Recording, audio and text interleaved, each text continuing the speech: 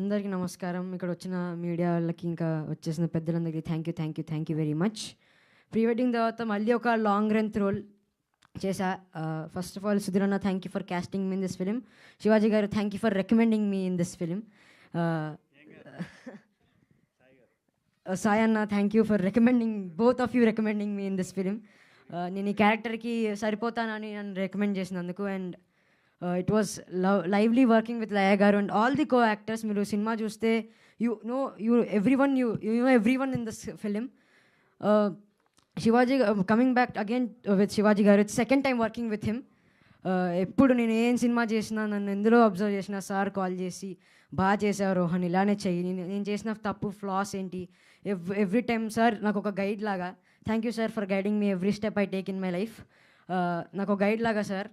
ఇంకా ఏది చేసినా బాగా చేస్తావు, చిన్న చిన్న వాటికి కూడా ఇలా చేయి రోహన్, అలా చేయి రోహన్ అని చెప్తారు. Thank you so much sir once again. ఇప్పుడు coming back to the song పాయా, मुझे लगता है आपको ये सॉन्ग पसंद आया. Thank you.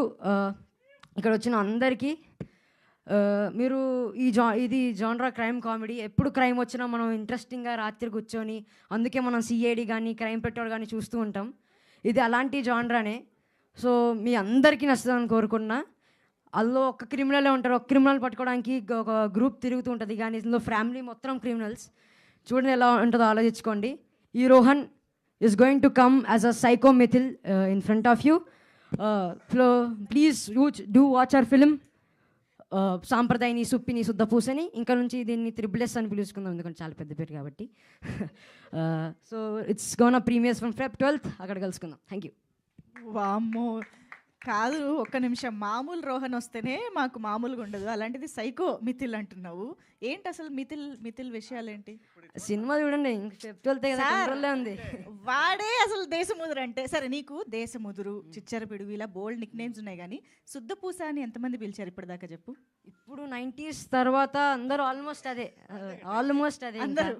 అందరూ శుద్ధపూస సాంప్రదాయని అని పిలుస్తుంటారు. అది ఇప్పుడు చిచ్చర పిడుగు అవన్నిటికంటే ఇదే చాలా మేలు. ఇక్కడ టైటిల్లో కూడా అర్థమైంది మాకు, శుద్ధపూసలోనే ఉంది ఫోన్ కూడా. అదే దట్ ఈస్ యూ, మాకు అర్థమైంది. Thank you.